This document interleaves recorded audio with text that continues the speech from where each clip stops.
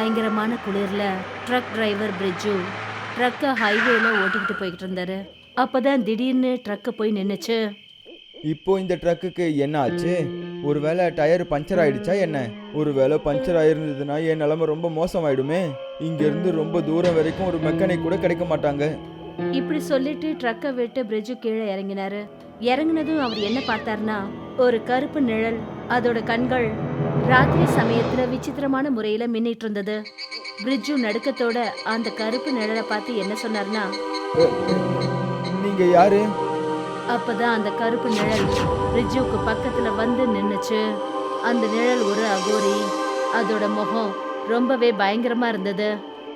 நீ யாருன்னு சொல்லு. இங்க பாரு, என்ன ஒழுங்கா இங்க இருந்து போக விட்டுரு. நான் உன்னை எந்த தொந்தரவும் பண்ணலையே. அப்பதான் ஒரு அதிர்வோட பிரிட்ஜுவோட தலை அவனோட உடம்ப விட்டு பறந்தது. அப்புறம் அந்த அகோரி ரொம்ப விசித்திரமான முறையில சிரிச்சிட்டு புகையா மாறி அங்கிருந்து மறைஞ்சிடுச்சு. இந்த சம்பவம் நடக்கிறதுக்கு சில மாதங்கள் முன்னாடி ராஜீவ் சாயந்தரம் தன்னோட ஆபீஸை விட்டு வீட்டுக்கு வந்து சேர்ந்தாரு.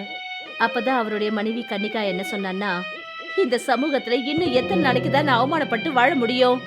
நீ என்ன சொல்லிக்கிட்டு இருக்க கனிகா? என்ன ஆச்சு? நமக்கு கல்யாணமாகி 10 வருஷம் ஆயிடுச்சு. எனக்குன்னு ஒரு பிள்ளை இல்லாம நான் வஞ்சிக்கப்பட்டு இருக்கேன். நாம இந்த விஷயத்தை பத்தி பேசி இருக்கோம்ல கனிகா. நாம அநாத ஆசிரமத்துல இருந்து ஒரு குழந்தைய தத்தெடுத்துக்கலாம். இல்ல, எனக்கு நம்ம குழந்தை வேணும். Try to understand Kanika. நம்ம கிட்ட எல்லா டாக்டர்ஸுமே சொல்லிட்டாங்க, நம்ம 2 பேரால எப்பவுமே அம்மா அப்பா ஆக முடியாது. நம்ம வீட்டு வேலைக்காரி என்ன சொன்னான்னா, அந்த அடர்ந்த காட்டுக்குள்ள ஒரு அகோரி இருக்காராம். அவர்கிட்ட அற்புதமான சக்திகள் இருக்குன்றாங்க. நிறைய பேர் அவர்கிட்ட போய் குழந்தை வரம் வாங்கியிருக்காங்க. கனிகா, நீ எதுக்காக இப்படி எல்லாம் பேசிட்டு இருக்க? நீ என்ன இந்த விஷயத்தெல்லாம் நம்ப ஆரம்பிச்சிட்டியா என்ன? அவர்கிட்ட ஒரு தடவை பேசுறதுல என்னங்க தப்பு இருக்கு? அப்புறம் நீங்களும் ஒரு அப்பாவா ஆகலாம், நானும் அம்மாவா ஆகலாம் இல்லையா? கன்னிகா சொன்னதை கேட்டு ராஜீவ் ரொம்பவே யோசிக்க ஆரம்பிச்சாரு. உண்மை என்னன்னா, ராஜீவுக்கும் குழந்தை வாரிசு வேணும்னு ரொம்ப ஆசை. மறுநாள் ராஜீவ் தன்னோட மனைவி கன்னிகாவை கூட்டிக்கிட்டு அந்த அடர்ந்த காட்டுக்கு போனாரு. சாயந்தர நேரம் அவங்க 2 பேரும் ஒரு பயங்கரமான காட்டுக்குள்ள நின்றுட்டு இருந்தாங்க. எனக்கு இங்க வெறிச்சோடி போன இடத்த தவிர வேற எதுவுமே கண்ணுக்கு தெரியவே இல்லை. அப்பதான் கன்னிகாவோட பார்வை தூரத்துல எரிஞ்சிட்டு இருக்கிற நெருப்பு மேல பட்டுச்சு. ராஜீவ், அங்க பாருங்க, நெருப்பு எரிஞ்சிட்டு இருக்கு. அநேகமா அந்த அகோரி அங்கதான் இருப்பாருன்னு நினைக்கிறேன். ராஜீவ் தன்னோட மனைவியை கூட்டிக்கிட்டு அந்த பக்கமா போனாரு. அந்த இடத்துலதான் அவங்க 2 பேரும் நெருப்பு எரியறத கவனிச்சாங்க. அவங்க 2 பேரும் பார்த்த போது ஒரு மரத்துக்கடியில ஒரு அகோரி தன்னோட தியானத்துல இருந்துட்டு இருந்தாரு. எனக்கு ஒரு விஷயம் நல்லா தெரியும். உங்க 2 பேருக்கும் கல்யாணம் ஆகி 10 வருஷம் ஆயிடுச்சு. ஆனாலும் உங்க 2 பேருக்கும் இதுவரைக்கும் ஒரு குழந்தை கிடைக்கவே இல்லை. உண்மையிலேயே நீங்க ஒரு சக்தி வாய்ந்த அகோரி. நீங்க சொன்னது உண்மை. எனக்கு எப்படியாவது குழந்தை பாக்கியம் வேணும். நீங்க ஆசைப்படுற விஷயம் கண்டிப்பா நடக்கும். ஆனா அதுக்காக நீங்க என்னோட நிபந்தனையை ஏத்துக்கணும். என்ன நிபந்தனை? எனக்கு உன்னோட ஆத்மா வேணும். நீ என்ன இப்படி உளறிட்டு இருக்க? அந்த மாதிரி எப்படி நடக்கும்? நீ உன்னோட மனப்பூர்வமா அதை சொல்லி ஆகணும். உன்னோட ஆத்மாவை எனக்கு தரேன்னு சொல்லணும். அப்படி சொன்ன சில மாசங்கள்லயே நீ கண்டிப்பா அற்புதத்தை பார்ப்ப. சரி அகோரி, ஒருவேளை நீ இதை தான் விருப்பப்படுறேன்னா நான் என்னோட மனைவியை சந்தோஷப்படுத்துறதுக்காக கண்டிப்பா எதை வேணாலும் செய்வேன். அப்படின்னா சரி, நான் என்னோட ஆத்மாவை அகோரிக்கு கொடுக்குறேன். ராஜீவ் இந்த மாதிரி தான் சொல்லியிருப்பாரு. அப்போதான் மேகங்கள் ரொம்ப மோசமா இடிக்க ஆரம்பிச்சது. பயங்கரமான மின்னல் அடிக்க ஆரம்பிச்சது. கொஞ்ச நேரத்துல புயல் காத்து மழை வீச ஆரம்பிச்சது. அகோரி அவங்க 2 பேர்கிட்டயும் சொன்னாரு, இப்போ நீங்க 2 பேரும் இங்க இருந்து போகலாம். ராஜீவ் தன்னோட மனைவியை கூட்டிக்கிட்டு ஹோட்டலுக்கு போனாரு. அந்த அகோரியை பார்த்தா என்னவோ பைத்தியம் மாதிரி தெரியுது கனிகா. நீயே பார்த்தல்ல, அவன் தேவையில்லாம உளறிட்டு இருக்கான். இப்படியும் இருக்கலாம் இல்லைங்களா? நாம 2 பேரும் எந்த நோக்கத்தோட போனோமோ அந்த நோக்கம் நிறைவேறிடுச்சுன்னா? நான் பண்ண தப்பை இப்போதான் உணர்றேன் கனிகா. நான் இங்கே கண்டிப்பாக வந்திருக்கவே கூடாது. தேவையில்லாமல் இங்கே வந்து டைமை தான் வேஸ்ட் பண்ணிட்டேன். மறுநாள் கன்னிகாவை கூட்டிக்கிட்டு ராஜீவ் தன்னோட ஊருக்கு புறப்பட்டு போனாரு. இதே போல சில நாட்கள் கடந்தது. ஆனா ஒரு ராத்திரி ராஜீவ் ஆழ்ந்த தூக்கத்துல இருக்கும்போது அப்பதான் திடீர்னு அவர் எழுந்து ஹிப்னாட்டிசம் செய்யப்பட்ட நிலையில கண்ணாடியில அவர் தன்னைத்தானே பார்த்துக்கிட்டாரு. ஆனா கண்ணாடியில ராஜீவுக்கு தன்னோட உருவம் இல்லை. அதுக்கு பதிலா அந்த அகோரியோட உருவம் தெரிஞ்சது. நீ உன்னோட ஆத்மாவை எனக்கு கொடுத்துட்ட. அதனால இப்போ உன்னோட உடம்பு என்னோடது. இனிமே உன்னோட உடம்புல என்னோட ஆட்சி தான் நடக்கும். திடீர்னு கண்ணாடியில இருந்த அந்த அகோரியோட உருவம் மறைஞ்சு போயிடுச்சு. அப்புறம் ராஜு மறுபடியும் போய் தூங்க ஆரம்பிச்சிட்டாரு. மறுநாள் காலையில 10 மணிக்கு கன்னிகா ராஜீவை எழுப்பிட்டு இருந்தா. காலையில 10 மணி ஆயிடுச்சு, நீங்க ஆபீஸ்க்கு போகலையா? கன்னிகாவோட குரலை கேட்டுட்டு ராஜீவ் எழுந்து உட்கார்ந்தாரு. இல்லை, நான் இன்னைக்கு ஆஃபீஸுக்கு போகலை. நான் வீட்டில் தான் இருக்க போகிறேன். அட, நீங்க சீரியஸ் ஆயிட்டீங்க. நான் சும்மா கிண்டலா சொன்னேன். நீங்க மறந்துட்டீங்கன்னு நினைக்கிறேன். இன்னைக்கு ரொம்ப வருஷத்துக்கு அப்புறமா உங்க நண்பர் டாக்டர் அத்துல் உங்களை பார்க்க வராரு. நீங்க சீக்கிரமா எழுந்து ரெடி ஆங்க.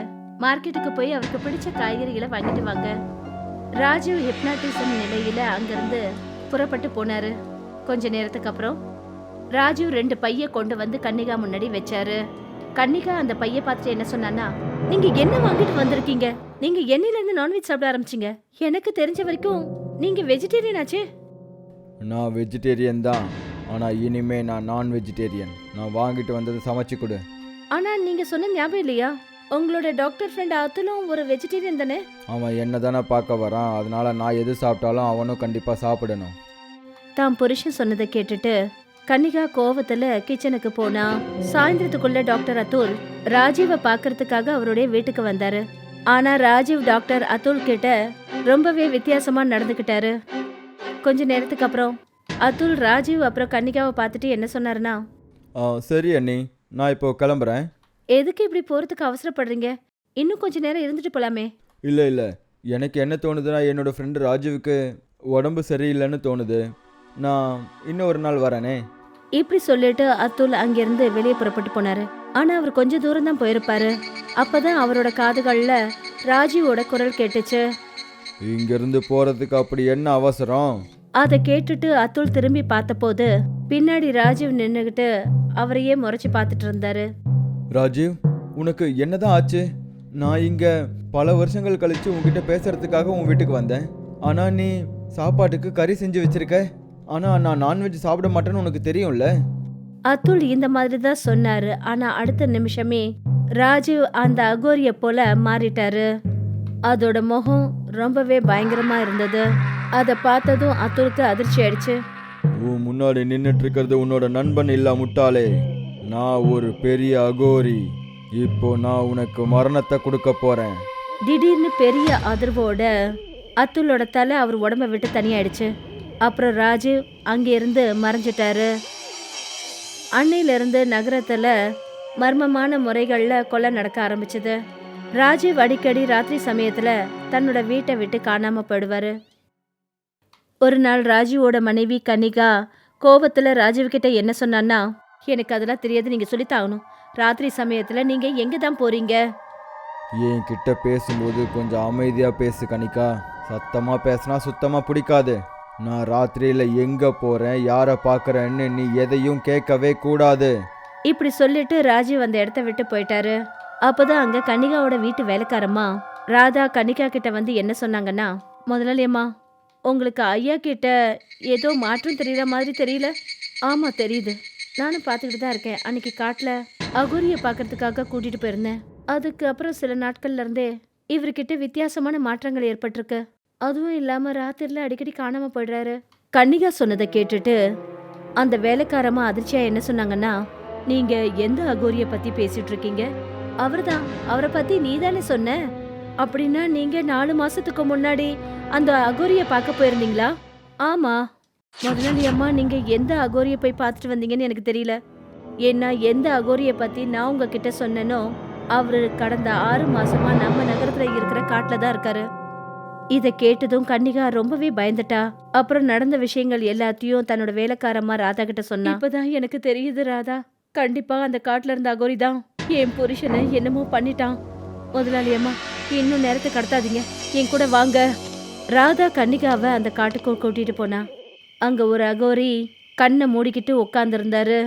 திடீர்னு அவரு கண்ணை திறந்தாரு. அப்புறம் கன்னிகாவை பார்த்துட்டு என்ன சொன்னாருன்னா, உன்னோட வீட்டுல அகோரியோட நிழல் இருக்கு.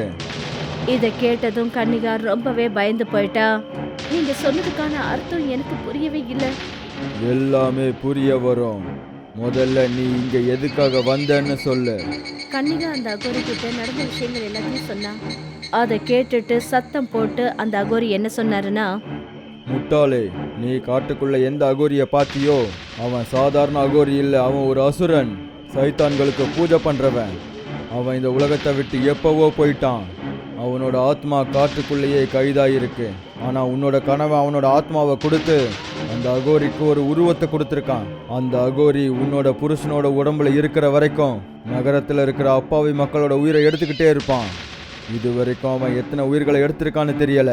நாம இதுக்கு மேலேயும் தாமதப்படுத்தினா அவன் கண்டிப்பா இந்த உலகத்துல மறுஜென்மம் எடுக்க அவனால முடிஞ்ச எல்லா முயற்சிகளையும் நிச்சயம் செய்வான்.